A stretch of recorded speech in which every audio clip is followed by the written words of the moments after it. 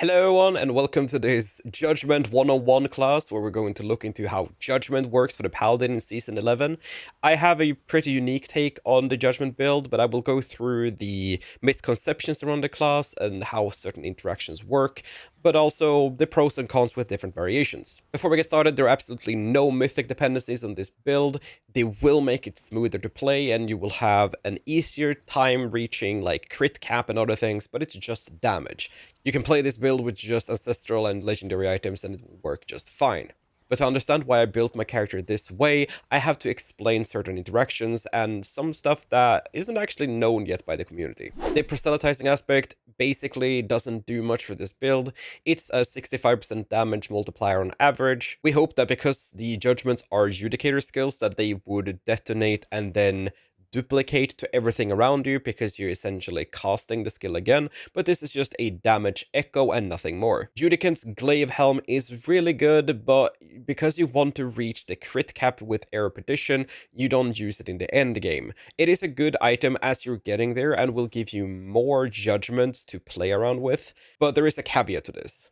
The caveat is that Judgment itself doesn't have a lucky hit, so for you to be able to trigger these, you need to use something like Spear of the Heavens, Blessed Hammer, or Consecration in order to continuously proc the spears. Speaking of the Spear, Spear of the Heavens size does absolutely nothing for this build. The only thing that this does is increase the radius of the impact zone of the spear when it lands, and potentially the damage around it, and potentially the damage it pulses, but it doesn't actually do anything for the judgments. The judgments from the spear reaches the same distance regardless if you have this tempered or not, so don't use it. It's literally bait. Herald of Saccharum is actually more or less damage equal to a legendary shield, but the important part here is that although it's damage equal, it's a defense loss. Yes, that's right. Even though it says it increases your armor and resistances by 50%, it doesn't increase it enough. This is additive to other sources of resistances and armor, meaning that the relative increase is very small.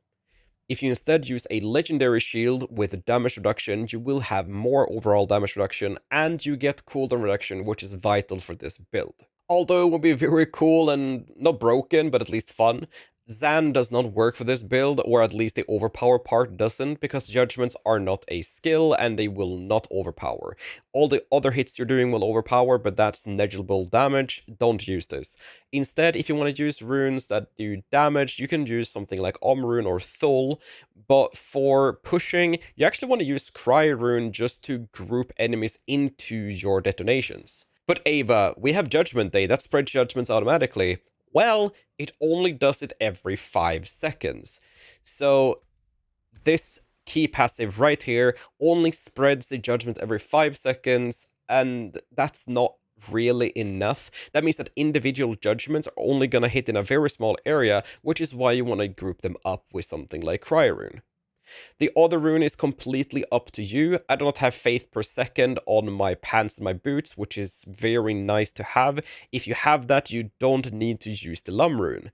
Until then, you can use Lum rune and that's just fine. So, how is this build any different from all the other Judgment builds out there? The main difference is that I'm using Arbiter of Justice to apply Judgment with Wing Strikes. Yeah, that's right. The reason why I'm doing this is because I don't have any other automatic way of applying my judgments, and this is seeking enemies automatically through the Tyrael's jurisdiction. This basically makes my wing strikes hit any nearby enemy instead, so I will automatically apply a judgment without having to think about it. The reason why we don't use Heaven's Fury instead is because Heaven's Fury is not as reliable at applying this. Sure, you could use Heaven's Fury and get another aspect slot if you can get around the clunkiness, but the Arbiter of Justice is doing this automatically all the time for you.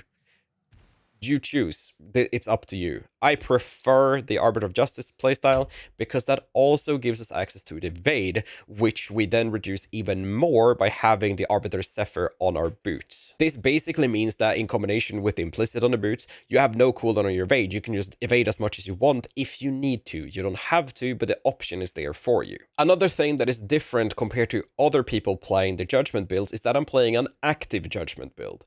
The active part means that I'm actively detonating them with Blessed Hammer. I basically go around and just throw my Blessed Hammer constantly to detonate every judgment that I have, which I'm automatically applying with Arbiter of Justice. So Arbiter of Justice will hit every 1.5 seconds, and it will hit for 3 strikes, 16 frames in between. So you're basically doing 3 hits a second, more or less. The reason why we're actively detonating this with Blessed Hammer is because the wing strikes happen so quickly that you need to detonate in between every single hit. If you don't do it, all of the 3 hits will just be refreshed into the same judgment and you will lose a lot of damage. So you play Blessed Hammer, you have a bunch of hammers going around, and these hammers will detonate all of these extra judgments that you're generating from your Arbiter of Justice. Apart from that, it's very much a standard Judgment build. I have to use Ring of Starless Skies just to maintain my faith, but it's also kind of nice because we get more attack speed to get more Blessed Hammers, and we also get the much needed critical strike chance. Do note that you also want to use Golden Hour on your amulet because this is a larger multiplier. The size increase from Judicator is not actually that important, especially if you're playing Cryorune. But even when you're not playing Cryorune, the chain detonation that you want to happen when you're speed farming still occurs, so it's not really that needed. An item that needs no introduction is Shroud of False Death, and it is a massive damage boost for this build. Paladin has an absurd amount of damage passives that the +2 all passive increases your damage by like 50% roughly, just from the critical strike damage passives and such alone. But then you also get 100% additive armor, which is absurd. It is basically another Firm Decree. Speaking of Aspect of Firm Decree, we don't play it. The reason we don't play Aspect of Firm Decree is because all sources of armor is additive. I don't care what it says on the aspect. I've proven that this works over and over again. People still don't know it. So I've made a calculator just to show exactly how armor is calculated. If I add 100% armor from Firm Decree to this calculator, I will not go from 120,000 to 240,000. I'm going to get significantly lower. And this has also been verified in-game. It's not difficult to test. So please stop getting baited by this.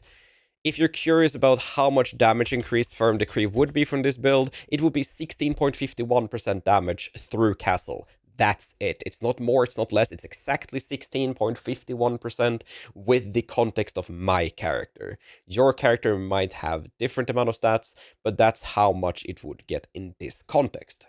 Another important note about gearing is that because we're not using a unique shield, we need to use a unique sword. This sword is really, really good for this build, but the bottom part where it says critical strikes have a 50% chance to deal double damage does not work for this build. People keep saying it does, but it doesn't. Judgment cannot lucky hit, therefore it does not get the double damage. This is not difficult to test, it just takes a while, and I'm not going to show you 20 minutes of lucky hit footage running in the background here. But it doesn't work. The top part where it says dealing direct damage, increase your critical strike damage, that does work, but the bottom part doesn't. This sword is also great because of the passives Break the Line and Heavyweight, which are both insane for this build. You want to use this sword, but the bottom part does not work. And the reason why it's important that you use a unique sword is because of Shining Armor. This gives you a 40% damage boost as long as you're using a unique weapon or a shield.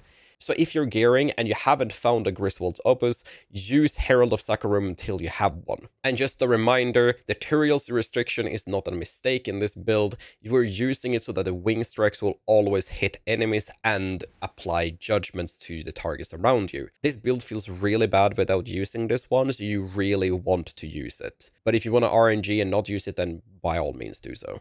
Briefly going over all of the skills, we use Arbiter of Justice for judgment application. We spam Spear of the Heavens just to get more judgments on the field. This is basically spam reset because we're consuming judgments all the time, so you will just spam this as much as you want to. We use auras to increase our damage and a little bit of armor. This is not super important. You can swap these around if you want to. Until your crit cap, you can put more point into this aura just to have more critical strike chance. We use Blessed Hammers with a Shattering Blow upgrade just to cover more area with our Blessed Hammers. And then we use Consecration just for the 15% damage and the slight less resource consumption. We would upgrade to Hallowed Ground if it worked, but it doesn't work. It does not make enemies weakened right now. If this is fixed, that's a massive boost to this build, because then we no longer need to use this aura in order to get enemies weakened for Break the Line. In terms of glyphs, we use Judicator and want to juice this quite a bit because we don't have a lot of additive damage in this build. We use Law for the same reason. Resplendence is really important because it basically resets our Arbiter cooldown and other skills cooldown when we're using auras. We use Spirit Juice because it's a good glyph for crit damage. And then we use Canny because it's the next best thing. You can swap this out to something like Challenger if you want to have something that is permanently active. In terms of legendary nodes, we use Relentless for the cooldown reduction, so make sure that you move. You can play this build without this. It feels a little bit sluggish at times, but you don't need this. You can play without it if you prefer to stand still. You also use Endure because you're always fortified. You use Castle because it's a massive damage multiplier. And we use Shield Bearer because it's a massive multiplier and it's permanently active because we have 100% block. For our Oath, we use Judicator.